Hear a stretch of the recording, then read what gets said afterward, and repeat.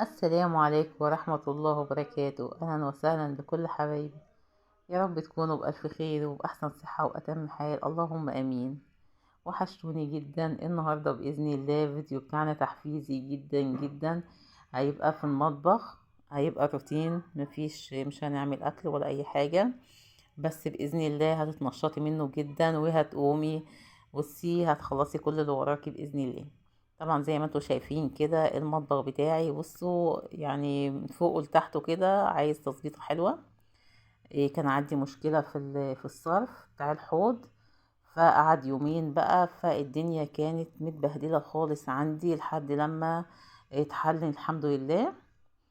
طبعا ما كنتش عارفة ان انا استخدم الحوض نهائي، فتكون بقى المواعين زي ما انتوا شايفين كده. نقول بقى بسم الله كده ونصلي على الرسول ونشوف بقى إيه اللي ورانا. اول حاجة طبعا هنغسل المواعين. بصوا بقى اللمعان بقى. ده كنت بوريكم الخل مع المسحوق، جميل جدا. يا سيدي بقى، عارفة لو عندك كمان كربوناتو، بس ده ما كانش عندي. لو موجودة عندك الكربوناتو حطي الخل على الكربوناتو، حاجة بسيطة خالص هيعمل فوران. بعد كده حطي المسحوق وكملي بمية سخنة واتفرجي بقى على النظافة واللمعان، جميلة خلطة تحفة لغسيل مواعين. وخصوصا المية السخنة لما تيجي تخففي الصابون بتاعك، خففيه بمية سخنة، بيفرق كتير جدا في الرغوة بتاعة الصابون، وبيوفر جدا كمان معاكي في الصابون. مش هتستهلكي يعني صابون كتير. بجد دي حاجة انا بعملها دايما، فحبيت ان انا افيد اي حد ما يعرفهاش بيها. جميلة جدا، تفرق في نظافة المواعين وفي اللمعان. وطبعا الخل آه، معروف طبعا بالتعقيم بتاعه في المطبخ عموما يعني. تمام كده، يلا بينا بقى كده. عايزة تشجيع حلو منكم كده ولايك جميل. اللي وصلت معايا لحد دلوقتي وما حطيتش اللايك، اتمنى منك طبعا فضلا وليس امرا تحطي لي اللايك الجميل بتاعك. ولو ما اشتركتيش في القناه يا ريت تشتركي كده وتنوريني باشتراكك. واحب طبعا اعرف رايك في القناه بتعليق حلو منك، سواء بالسلب او بالايجاب. وشوفي بقيه الفيديوهات وقولي لي ايه رايك في القناه. بنعمل مع بعض اكلات، حلويات، روتينات، كل حاجة بتخص البيت وكل ست بيت. اللهم المستعان، ربنا يعيننا جميعا يا رب. فعايزة منكم كده تشجيع حلو كده حبايبي. كلكم اخواتي، وعلى عيني وعلى راسي اي حد يدخل القناة ويشرفني بوجوده. هنبدأ بقى كده، لسه بقى مستمرين في غسيل المواعين بتاعتنا. الحلة دي اللي انا بحمر فيها. لو متابعين يعني الفيديوهات بتاعتي هتلاقوا دي اللي انا يعني مستخدماها للقلي. جميله جدا الحال دي، تحفه بجد، جميله قوي. دي حال بتاعتي اللي انا متجوزه بيها. مش عارفه ليه مش عاملين منها طاسات. يعني لحد دلوقتي ما صادفنيش ان انا شفت منها طاسات، اللي هي التيفال وبراها كده زنك. فبجد مش عارفه ليه، جميله جدا، تحفه جدا، ما بتحرقش يعني تحمري فيها كده الدهون ما شاء الله. يعني مهما سبتها مدة وجيت بعد كده ان انا انضفها بتنضف بمنتهى السهولة جدا. يعني متهيألي غير التيفال والسيراميك، لا جميلة قوي.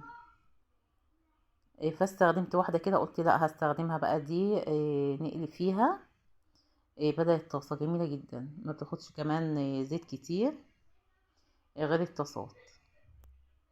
بعد كده بقى دخلت على الفلتر، طبعا كنت شايلاه من مكانه من تحت الحوض.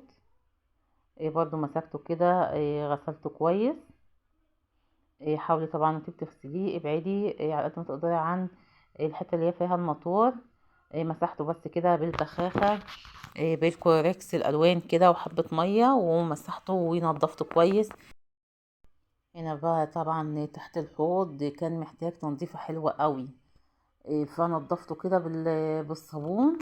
واخر مسحه كده جبت بقى كرور، وجيت مسحاه كده بالكرور، لان كان محتاج قوي يعني ان انا استخدم الكرور. طبعا ما بحبش استخدم الكرور قد كده، بس لا كنت محتاجاه قوي في التنظيفه دي، ان انا انضف بيه الارضيات.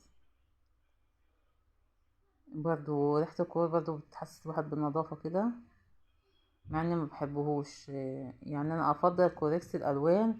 وهتلاحظوا دايما في كل فيديوهاتي ان انا ما بستغناش ابدا عن كوريكس الالوان ده. بصوا في اي حاجة، مش في المطبخ بس، في اي حاجة. هنا برضو الغسالة مسكتها برضو بتمسحها كده، غسلاها كده غسلة برضو حلوة. بعد الصرف لما كان بايظ في المطبخ، مش عارفة ليه كان عندي قرفة كده من المطبخ كله، من اي مكان في المطبخ. فقلت لا، هنقوم بقى على المطبخ كله كده، كل مكان نغسله غسلة حلوة، وبالمرة تبقى هي دي التنظيفة الأسبوعية بتاعة المطبخ.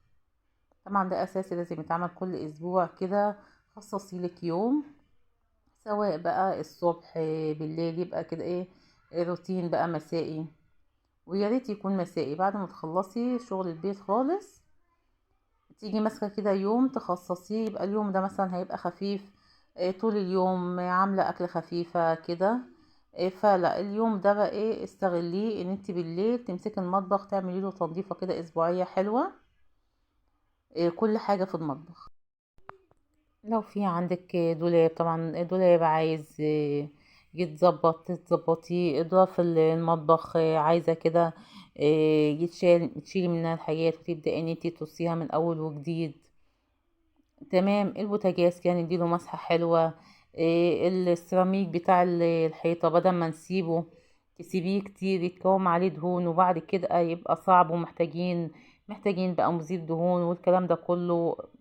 احنا في غنى عنه. كل اسبوع صدقيني لو عملت كده روتين ده كل اسبوع كده في المطبخ، لان المطبخ اكتر مكان عند اي ست بيت في الشقة بياخد وقت جدا في التنظيف، خصوصا لو ان احنا اهملناه شوية، فبيبقى صعب بعد كده في تنظيفه، بيتعب فعلا.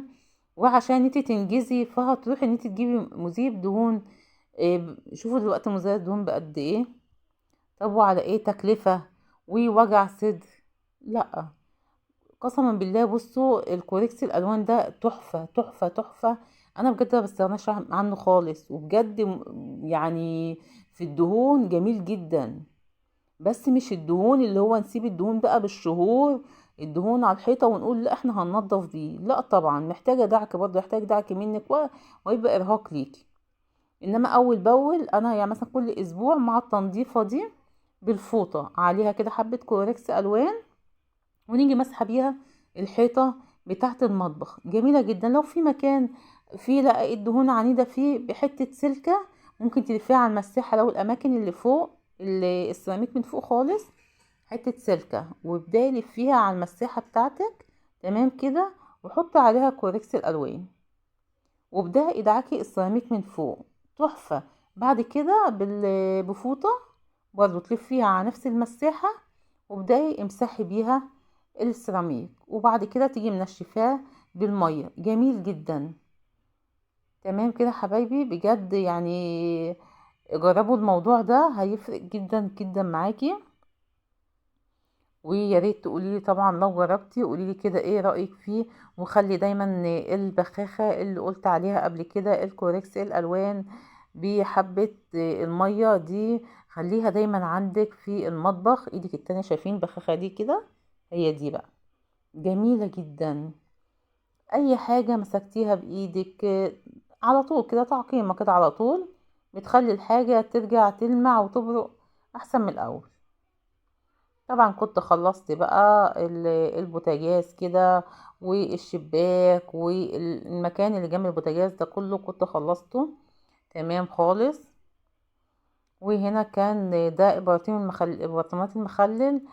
كنت حطاها، لو تلاحظوا في اول الفيديو كنت حطاها على الارض كده، لان ملهاش مكان عندي، ورخامة برضو صغيرة، فمش عارفة ان انا احطها على رخامة. قلت هستغل المكان اللي هو ما بين الغسالة والدولاب المطبخ، وان انا احطها في المكان ده احسن. هنا برضو الخلاط مسكته كده. لازم الأجهزة الكهربائية بتاعتنا اهتمي بيها جدا جدا جدا. كل ما تهتمي بالحاجة كل ما هتبان ان هي لسه جديدة معاكي. هتحافظي عليها وهتحافظي على الجودة بتاعتها. الخلاط بتاعي ده اللي هو تورنيدو العربي، ما شاء الله عليه. من ساعة ما اتجوزت جميل جدا ما شاء الله عليه، حاجة حلوة قوي. طبعا في ماركات اعلى منه، بس هو جميل جدا في كل حاجة. يعني